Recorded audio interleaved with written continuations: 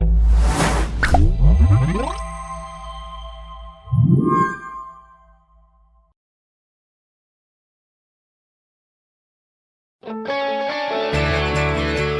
continuación, CPS Noticias.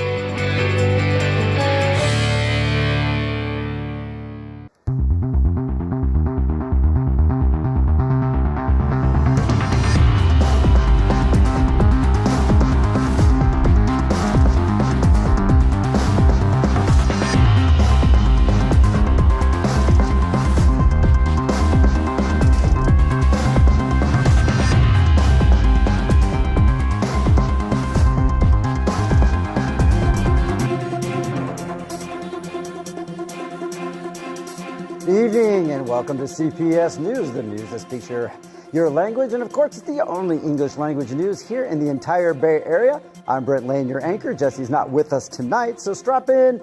We have a lot of news. Of course, we've got Voices of Vallarta tonight. You're going to love the guest. It's also a personal friend of mine, but I'll keep it secret for now. We're going to have sports and, of course, national news as well. So without further ado, let's move on. And first up, of course, that means it's time for the headlines. Let's go.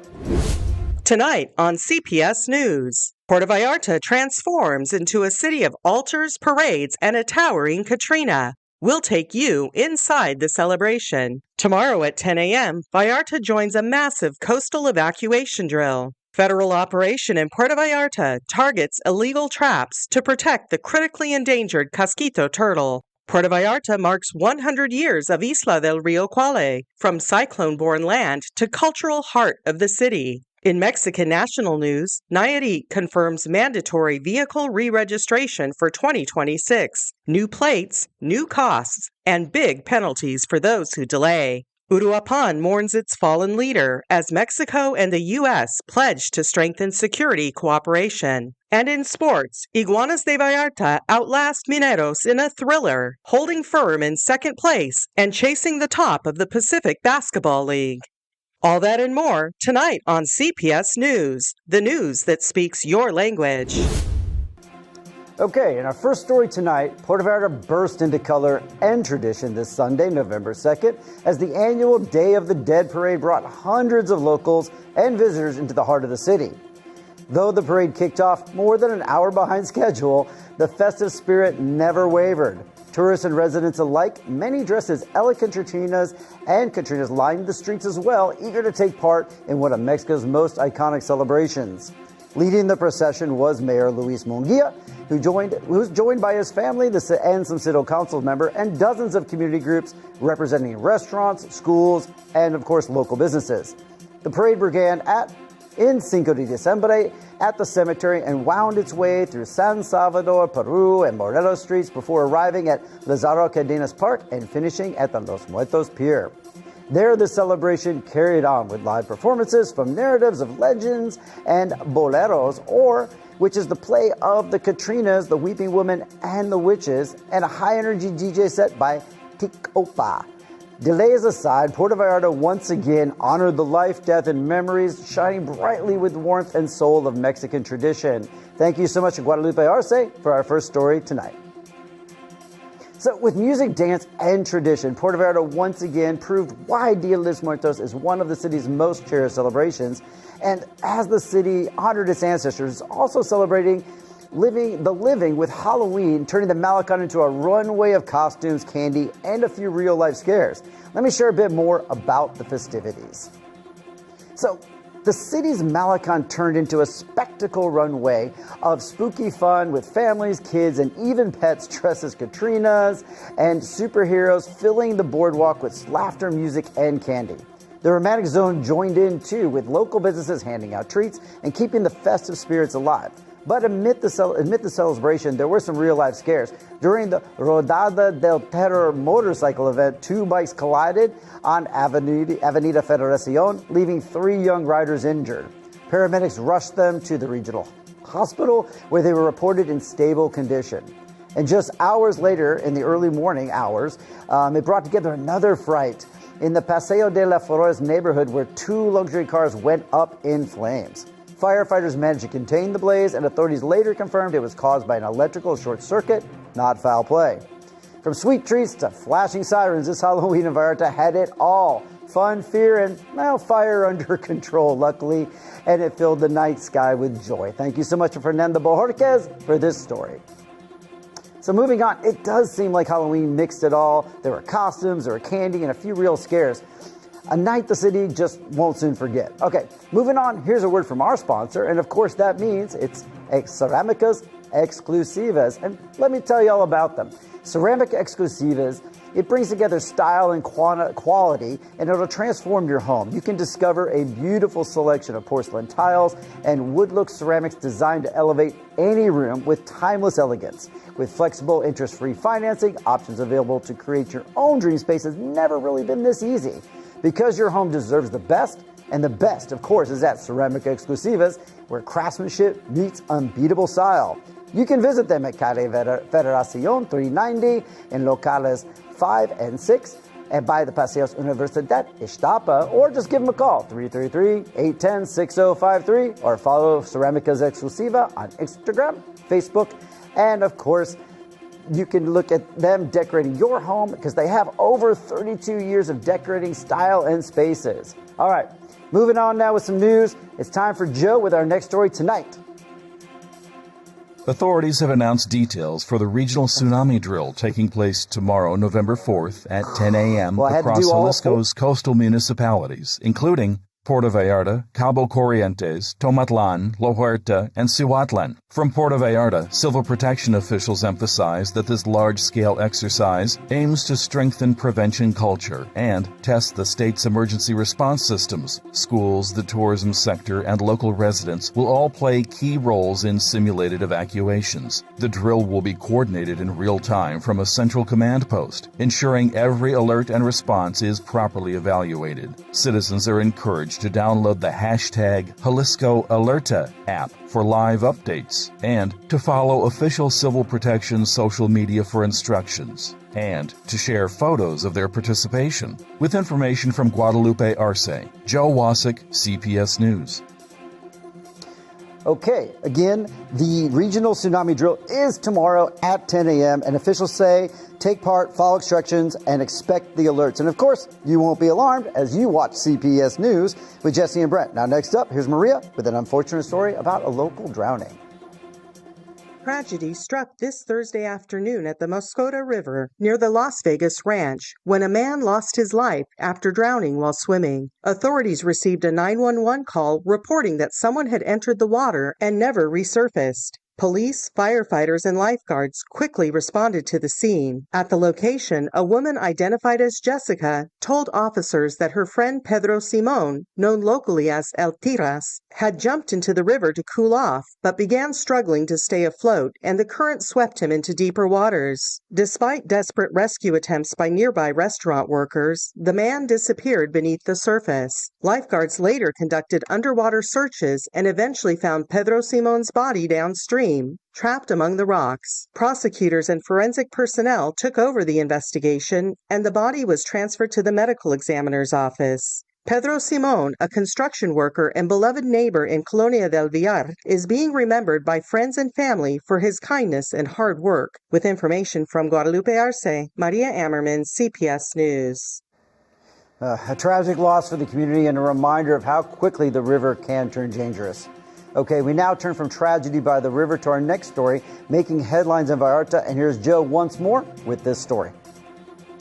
An endangered species native to Puerto Vallarta remains under threat, but federal authorities are taking action. The Federal Attorney for Environmental Protection, Profepa, in coordination with the Mexican Navy, SEMAR, carried out an operation to combat the illegal trafficking of the Casquito turtle, a species found only in this region and considered in critical danger of extinction.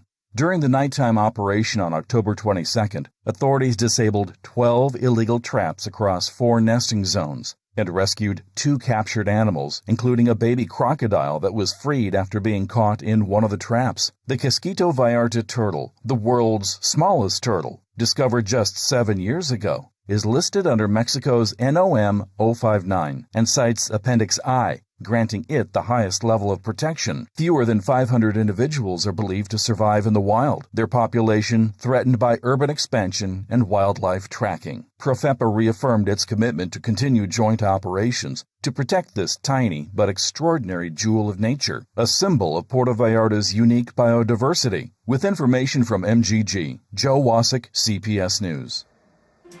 Federal authorities say operations will continue, which I think is great. Now it's time for a quick word from our sponsor, and of course that means BYD. Drive 100% electric cars, no gas, just cutting-edge technology and innovation. Take advantage of exclusive bonuses across the entire lineup and enjoy a home demo without the hassle of traffic. BYD Puerto Vallarta, which means, of course, build your dreams. So we're going to take a quick commercial break and we'll be right back. But I do have to let you know you are not going to want to tune out because Rebecca Stole is coming up. And most of you know her as Just Stole. And she's going to be sitting right here with me on Voices of Vallarta. So stay tuned. We'll be right back.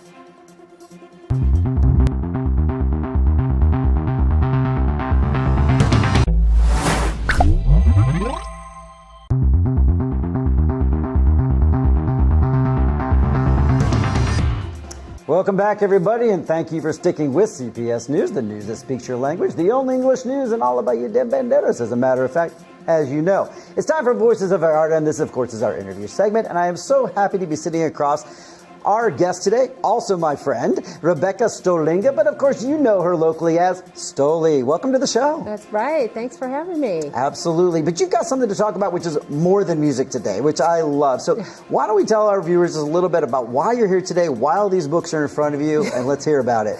Yes, so I have started a new project in Vallarta. Actually, it started 3 years ago. It is a bilingual children's library called La Bib.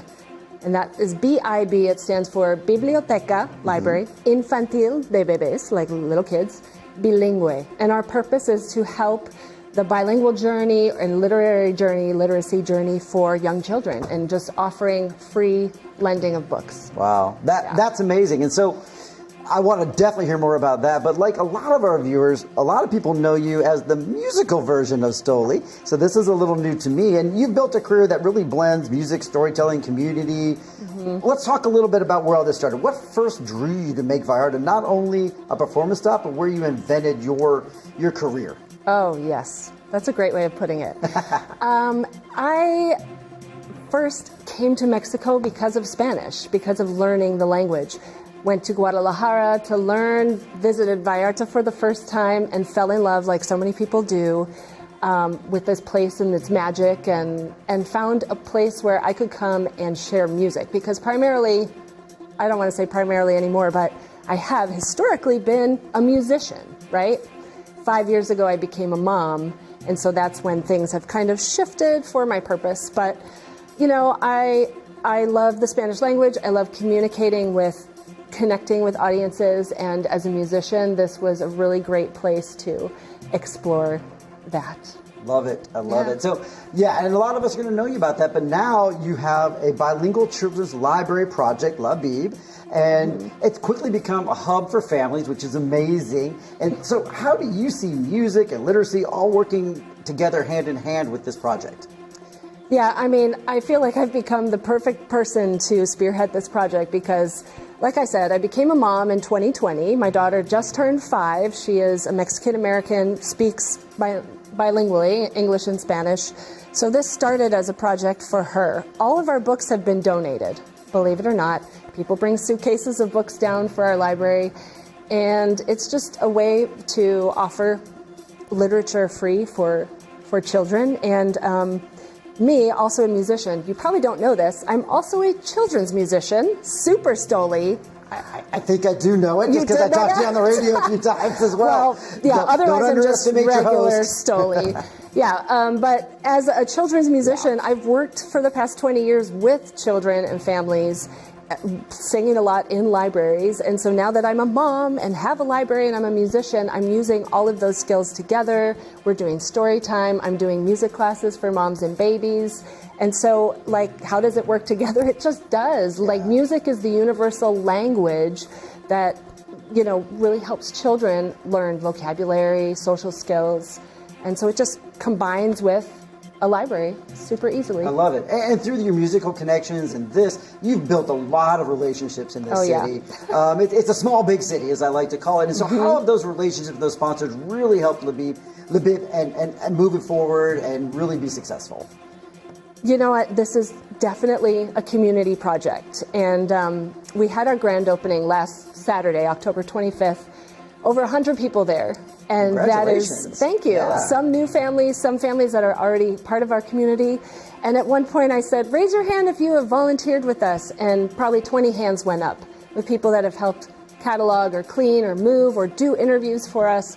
So this wouldn't be possible without the help of other people. That could be families. That could be families that are business owners that have contributed something to our events, or just other business owners that want to give back to the community, especially something for children that we know is creating the future. You know, they are our legacy. Absolutely. And we'll be definitely sharing some contact information, because I'm sure there's business owners out there right now who are thinking, I really want to be involved with this project, and we'll make sure it's really easy to find you if they already don't know where you are. So let's talk a little bit about your two worlds that have clearly collided. So, you know, you entertain and perform to both adults now, you and children, and those could be very, very different. How are you balancing all this? I know you hinted at it earlier, but and a mom. I mean, how are you balancing all this and being so successful? That's a great question, and thank you for saying so successful. That caught me off guard. It's like a question and a compliment all in one, so you have to just accept that. Because it's a constant work in progress, right? But I think without the artistry of being a musician feeding my soul, and the project of this being a community service, helping families and being a give back, I think it all really does balance because of that. Motherhood, nobody knows how we do it, but we do it. I don't know you do. You just got to do it alongside of it. But having our children as the purpose to keep this going is everything. And and then, like I said, playing music and being able to sprinkle that into this project. But then also, you know, I came to Vallarta as a single lady and got to know the entertainment world and made connections with a lot of, especially expats. And so that is one world that also wants to contribute to this world. Like, a lot of people saw me transition from being a single lady in this town to now being a mother and the philanthropist, I guess. So it feels very purposeful. I feel like for the first time in my life, if we're talking about success, I feel like the umbrella that encompasses everything I do is finally fusing into this project. And it's quite the successful fusion of all these things. And I love watching it. I feel like I've just caught maybe the middle to end of it, but it's been fun to watch. So we're almost out of time, unfortunately. I could keep you here for a long, long time, and we could talk about so much more. But now that your nonprofit is officially recognized in the U.S., and I know you're working towards your Mexican AC status, let's go ahead and share, how can our viewers get a hold of you? What's the best way to get involved to be part of this? Yes, we definitely can use volunteer help, and that is beyond donations of money, which thank you very much. Also just help bringing books, donating art supplies. We have a lot of program ideas that we want to continue with going forward. All of that you can find on our website, which is labibmex.com.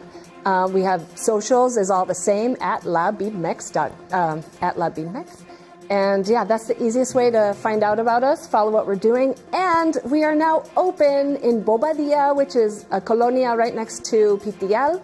And just check our website for our hours and come and visit us. And we have a lot of books that serve adult readers too, who are learning at a beginner level, whether you're learning English or Spanish. So beyond children, this is for language learners too. Oh, I love it. So no excuses for not getting involved, folks. There's tons of information out there. We are out of time now. So Stoli, so nice to see you. Thank you so much for coming in and sharing this thing, and I hope to see you back again. Now, if you want to be part of Voices of Vallarta, just let us know. Hit up our website, come by the studio and let us know. We're glad to have you sit right here. It's super easy, as Stoli showed you. And I would love to have you sit across from me, but it's time to move on, and here's our next story tonight. Relatives of an alleged child abuse victim claim the suspect's own law enforcement colleagues allowed him to flee, despite an active complaint already filed with the Nayarit State Attorney General's office. Bahía de Banderas police officer Sergio N. remains a fugitive, and the family says authorities told him he simply got away, delaying justice for the child. The case has shocked and angered residents who accuse the local police of protecting one of their own instead of handing him over to prosecutors. Following public outrage, the Directorate of Citizen Security issued a statement confirming that the prosecutor's office is investigating and that the corporation strongly condemns the officer's alleged actions. They also pledged full cooperation with authorities in this high-sensitivity case. The Nayarit State Prosecutor's Office is expected to release more information soon, including whether there was any cover-up inside the police force to help the suspect evade arrest. With information from Miguel Gonzalez Guerra, Maria Ammerman, CPS News. Oof, what a shocking story there. Our thoughts are with them, and of course, we will share any release details right here on CPS News. Now we move on to our next story tonight, so stay tuned.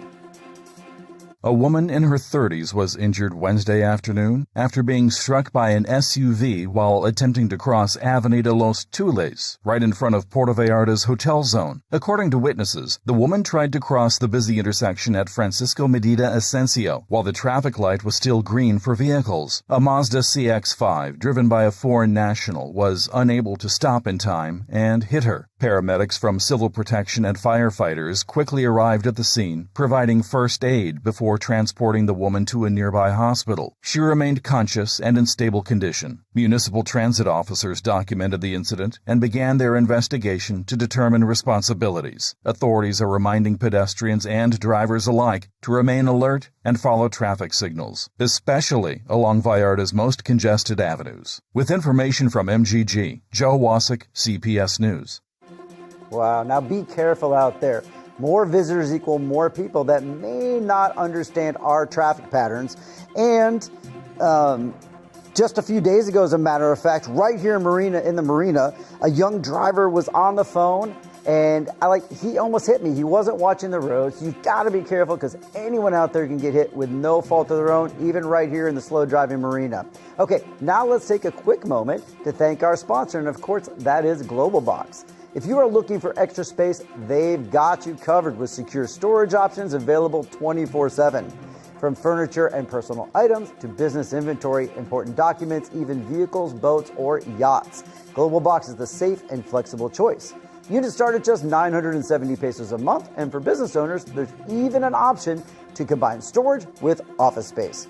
Reach out on WhatsApp at 322-302-0884. And when you mention CPS News with Jesse and Brent, you will get a special offer.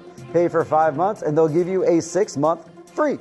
Global Box, your extra space, right behind La Corona Beer Place and the Verification Center. Now here is our next story for tonight. Students with disabilities in Puerto Vallarta were left waiting this Thursday after Governor Jesus Pablo Lemus Navarro failed to attend a scheduled visit to the Centro de Atención Múltiple Roberto Solís Quiroga, where he was expected to present the new special education model for Jalisco. While the governor did not appear, the State Secretary of Education, Juan Carlos Flores Miramontes, led the event, announcing that 3 CAM centers in Vallarta will be fully renovated with an investment of over 10 million pesos each. Statewide, the plan will upgrade 135 campuses, benefiting more than 10,000 children with special educational needs. The new model seeks to provide inclusive, accessible, and technology-equipped learning environments, while also training teachers and supporting families and caregivers. One emotional moment came from Ana Karen Francisco Renteria, a blind student who read a Braille message meant for the governor. She said she felt disappointed, as she had hoped to thank him in person for his efforts in education. Local officials attended the event, where the call to make learning spaces functional, human, and inclusive marked the true spirit of the day. With information from Miguel Gonzalez Guerra, Maria Ammerman, CPS News. Like she said, commerce around Vallarta's cemeteries ran smoothly this Dia de los Muertos. Permits were in order, vendors showed up, and the city kept things under control. Now to Bahía de Banderas, where authorities are sounding the alarm over a sharp rise in phone extortion and scam calls. Here's Eric with the details that you are going to want to know. Puerto Vallarta authorities reported an orderly and well-coordinated setup of commerce around the city's cemeteries during this year's Dia de Los Muertos celebrations. The Municipal Office of Business Licensing, in coordination with Treasury and Regulations, organized and supervised operations across the 5 local cemeteries, located in the 5 de December neighborhood, Ramblas, El Progreso, Ixtapa, and Las Palmas. More than 210 vendors were officially registered, most of them Vallarta families who took this opportunity to earn extra income selling flowers, wreaths, candles, food, and traditional snacks, as well as fresh fruit, tuba, and drinks. Officials also required musicians performing inside the cemeteries to carry proper identification cards or pay a small fee to offer their services. Luis Alberto Fuentes Flores, head of the Business Licensing Office, said the coordinated effort between departments ensured that all vendors had their permits in order. With everything in place, he added, Vallarta residents and visitors were able to fully enjoy the Dia de los Muertos festivities in a safe and organized environment. With information from MGG, I'm Eric Stevenson, CPS News. Thanks, Eric. Authorities say reporting these scam calls is the only way to slow them down. Just be careful, y'all. Watch out. And now on the roads to our north, a pickup truck. There was a fire along La Cruz Punta de Mita Highway that brought traffic to a halt Monday afternoon. Here's Eric again with this story. A dramatic fire along the La Cruz de Guanacaxel Punta de Mita Highway left a pickup truck completely destroyed this Monday afternoon. The black and yellow Ranger burst into flames shortly after noon, reportedly due to a short circuit. Witnesses alerted emergency services, and firefighters from Bahía de Banderas quickly arrived at the scene. When they reached the site, the vehicle was already fully engulfed in flames. Using a tanker truck and high-pressure water jets, firefighters managed to extinguish the blaze, but the truck was declared a total loss. Once the fire was under control and the metal structure cooled, authorities began their investigation to determine the exact cause and arranged for the removal of the burned vehicle from the highway. Fortunately, no injuries were reported, but the incident serves as a reminder of how quickly an electrical fault can turn into a dangerous fire on the road. With information from Guadalupe Aris, I'm Eric Stevenson, CPS News.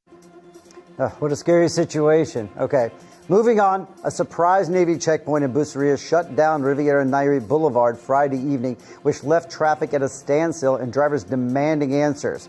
Well, here are your answers and here are your details. A surprise military operation by the Mexican Navy brought traffic to a standstill along Riviera Nayarit Boulevard in Bucerias on Friday evening, causing chaos and confusion during rush hour. Shortly after 6 p.m., Navy personnel set up an unexpected checkpoint between the Tundroki Junction and the Flamingos Golf Course. Drivers were caught off guard as officers stopped cars and motorcycles to check documents and search for possible stolen vehicles. The sudden operation created massive gridlock, with lines stretching from beyond Mescales to the Decameron Hotel area. Witnesses described it as a complete traffic collapse, with many frustrated motorists taking to social media to share photos and videos of the jammed boulevard. Municipal sources later confirmed they had not been notified in advance about the Navy's presence and only learned of the operation once it was already underway. The checkpoint was removed after about an hour, but as of now, the Navy has not released any official details on arrests or seized vehicles. The surprise move left many residents questioning the purpose and the timing of the high-profile operation. With information from Israel Torres, Joe Wasik, CPS News. Thanks, Joe. Now a quick word from our sponsor. Are you concerned about your health and well-being? I'm sure you are. So do not miss the opportunity to take care of yourself at Hospital Hoya, where your health is their top priority. They offer comprehensive medical checkups, laboratory and imaging services, consultations with medical specialists, 24/7 emergency care, intensive care unit, pediatric unit, and much, much more. For more information or to schedule an appointment, just give them a call, 322-226-1010 or 322-226-8181. Follow them on social media to stay up to date with their special promotions and their pricing. At Hospital Hoya, they're fully committed to your health and well-being of your family. Now here's Joe once more with our next story tonight. Puerto Vallarta celebrated the 100th anniversary of the Quali River Island, a natural formation born from the powerful cyclone that struck the region in the early hours of October 25, 1925. What began as a flood event a century ago has since become one of Vallarta's most beloved landmarks, a green oasis, cultural corridor, and artistic hub in the heart of the city. To commemorate the centennial, the City Council of Puerto Vallarta held a special session on the island in front of the Vallarta Cultural Institute. The ceremony, attended by 14 council members, was presided over by Mayor Luis Ernesto Munguia Gonzalez, who emphasized the island's importance as both a natural and cultural treasure. He called the centenary, quote, a moment of pride and reflection, end quote, highlighting the need to protect and renew the area. Quote, the Kwali River Island, he said, has been a meeting place, a witness to our history, and a symbol of Vallarta's cultural and social identity, end quote. The mayor also acknowledged citizens and organizations that have helped conserve the island and announced an upcoming integrated project to preserve it in coordination with state and federal authorities.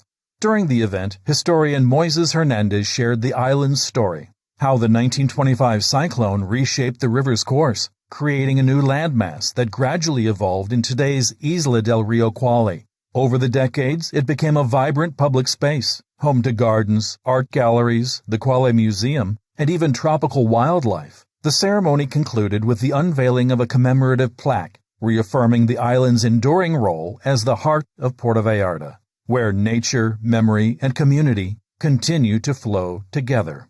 With information from MGG, Joe Wasick, CPS News.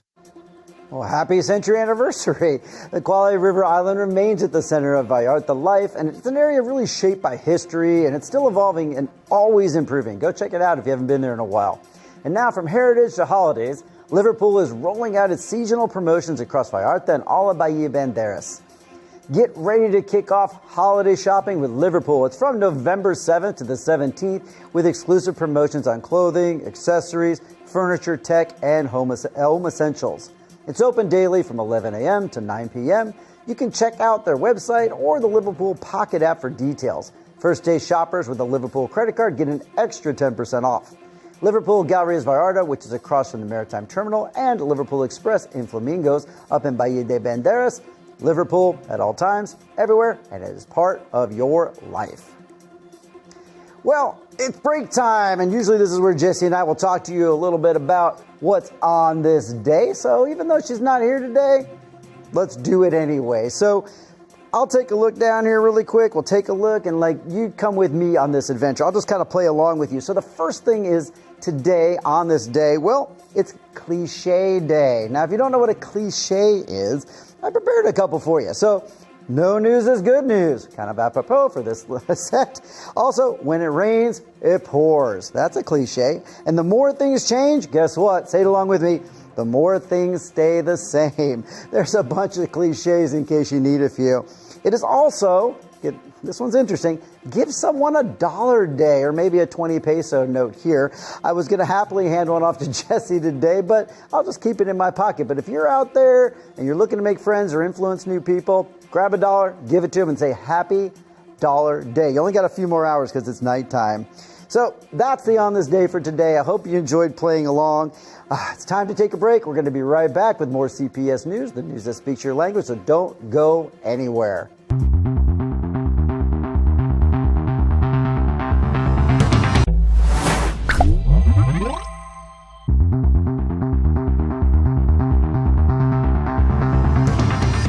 Welcome back, everybody, and thanks for sticking with us. It is time for Des, and that is Des with a Z, and her great information about relocation and living in our amazing country, Mexico. So this week, she's sharing important information for families that are thinking of relocating with here as an LGBTQ plus family with kids. So let's hear about it, and with that, here's Des.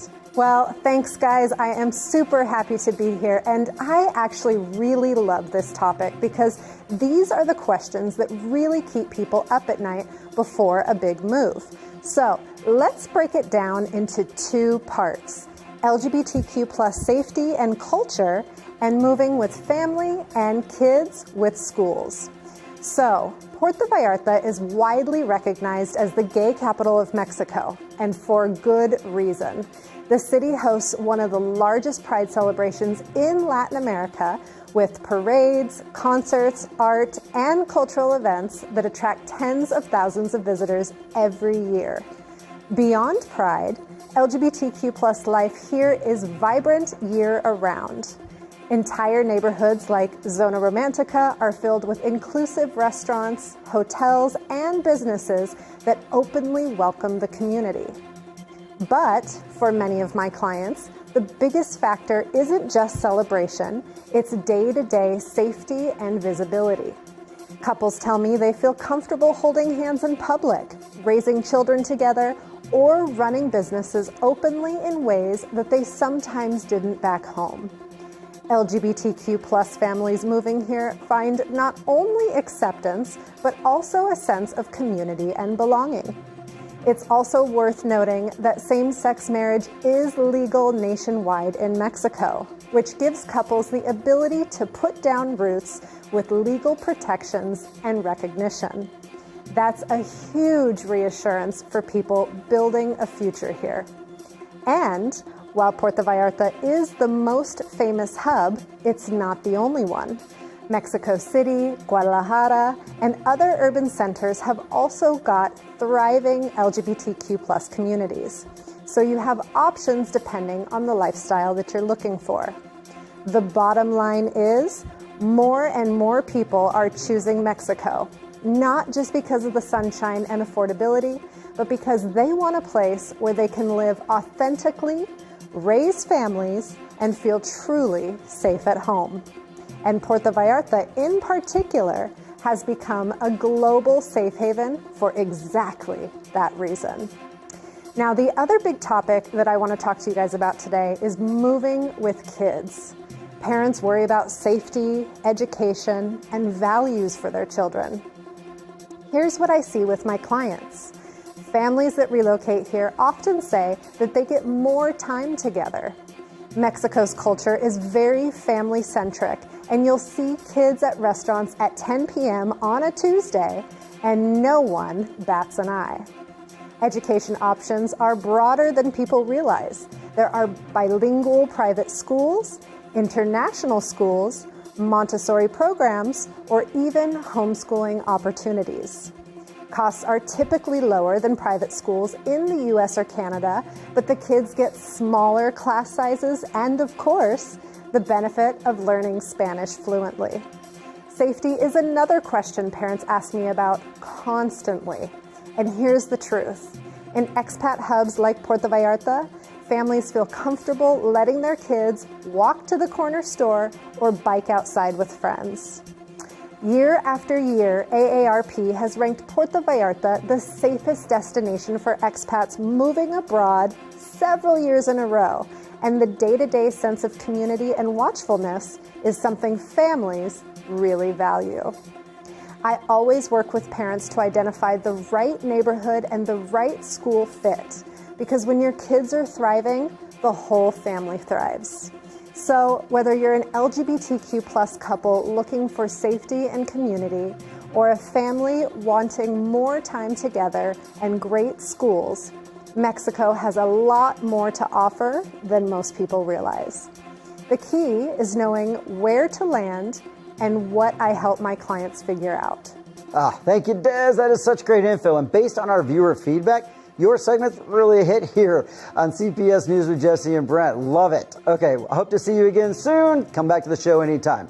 Moving on, an event with Jesse and I that we had a blast at last year is coming back. And here's the details, so stay tuned. Puerto Vallarta is getting ready to celebrate one of the most delicious traditions in Mexico, the 30th edition of the International Gourmet Festival, taking place November 13th through the 23rd throughout Puerto Vallarta, Riviera Nayarit, and Tepic. This milestone event will officially open at the stunning Tierra Luna Gardens, where all participating restaurants and guest chefs will showcase their best creations, from gourmet bites and canapes to exquisite desserts and cocktails. The festival will bring together 27 top restaurants, each pairing up with a national or international guest chef to create unique culinary experiences that blend innovation, culture, and local flavors. Among this year's big names, 3 Michelin-starred chefs, Talia Barrios Garcia, the voice of modern Oaxacan cuisine, Romain Depierre, celebrated for his avant-garde French style, and Frédéric Sandrini, known for his sustainable, refined approach to modern gastronomy. With 3 decades of history, flavor, and hospitality, the International Gourmet Festival continues to make Puerto Vallarta and Bahía de Banderas shine on the world's culinary map. With information from Fernanda Bojorquez, Maria Ammerman, CPS News. That really was a great event last year. I remember it well, and I hope we get to go back again this year for more Tracy treats and beverages. Hint, hint, be sure to invite us. But now it is time for our sports segment. Of course, that means here on the studio is Dave, the sports guy. Good to be back. It's good to have you back. Had a great weekend. Pretty exciting downtown. All the Halloween, Day of the Dead stuff is great. Yeah, I even heard there was some baseball game on that finished some series. Yeah, something like that happened. I'm not sure. Who pays attention to World Series, I'm sure when you tell our viewers about it, they're going to be like, well, baseball game, who knew? I'll try to think of something on the fly to say about baseball. So that's what we do here, so absolutely. That's fine. Have at it, brother. I want to hear about some sports. All right, so CPS Sports is brought to you by Inglés Bahía. Are you tired of not being able to understand and speak a little bit more Spanish? Inglés Bahía is here to help. This local language school in Valle Dorado offers in-person Spanish classes with passionate, professional teachers ready to get your Espanol flowing, and for a reasonable price. One-on-one or small group classes, Inglés Bahía will boost your Spanish phrases, vocabulary, and confidence in no time. Located in Valle Dorado on Avenue Valle de Mexico, numero 2. It's right off Highway 200, and it's a perfect place to practice after your lesson with great food venues and shopping all around. Call or WhatsApp 322-201-4448. Inglés Bahía, más español, por favor. All right, let's do sports. The Iguanas de Vallarta keep proving they're one of the powerhouses of the Pacific Basketball League. This weekend, they took down the Mineros de Tonacol in Sinaloa with a final score of 116-107. It was a back-and-forth thriller, and the Iguanas jumped ahead early, but Mineros fought back to take a 1-point lead at halftime. In the second half, Vallarta's teamwork and focused play under the rim sealed the deal. With this win, the Iguanas stay strong in second place overall, and their sights are clearly set to be at the top of the league.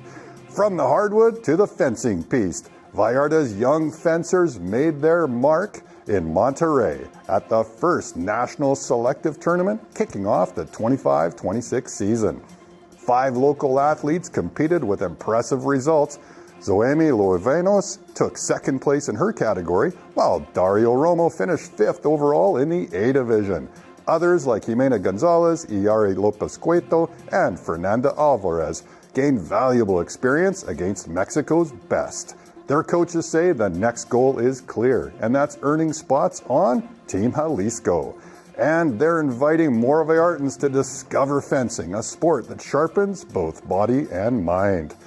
And now to the biggest story in baseball. The Los Angeles Dodgers are world champions once again. They conquered the Toronto Blue Jays 5-4 in an unforgettable Game 7 that went all the way to the 11th inning at a sold-out Rogers Center. The night had everything: drama, defense, and heartbreak. Toronto jumped ahead early with a 3-run blast from Bo Bichette, electrifying more than 45,000 fans. Shohei Ohtani couldn't find his rhythm and left the game early as the Blue Jays built a 4-2 lead. But the Dodgers refused to fold. In the 8th, Max Muncy launched a solo shot to make it 4-3. And in the 9th, Miguel Rojas tied the game with a clutch home run that left the Toronto crowd stunned. Both teams traded zeros in the 10th, and then destiny arrived in the 11th. Will Smith, the Dodgers catcher, delivered the swing of the season with a towering homer deep over the wall in left field. Dodgers up 5-4, 3 outs away from glory. Toronto had one last chance. Vladimir Guerrero Jr. doubled off the wall, raising hope again, but a perfect and unique double play ended it. And with that, the Dodgers celebrated their 2nd consecutive championship. 32 years after their last title shot, the Blue Jays came within 2 outs of a miracle. Instead, baseball reminded us why it's the most poetic game on earth, and nothing is over until that final out. In Toronto, the Dodgers lifted the trophy once more, sealing what many are calling one of the greatest World Series finales of all time, a modern classic that had it all. And that is a wrap on your Sports Weekend Recap. I'm David the Sports Guy. Thanks for tuning in, and we'll see you next time with more stories of game time greatness. Hey, Brent, I'm sending it back to you. Thanks, David. So, wow, what a series. Did you watch all the games? I watched all the games. Okay. Every single out. It was great. Yeah, so I'm not a guy that watches the entire season, and it's funny because I was sitting there with my wife watching Game 7, and she was like, man, is all of baseball like this? I'm like, not really. It was so entertaining. The ball was fantastic. So I am a baseball fan. I'm not a Jays fan. I'm not a Dodgers fan. It rhymes with Yankees, unfortunately, but thanks. I know it's tough, but. I hear you. And being a Red Sox and a Rangers fan, I wasn't there either, but that was super exciting.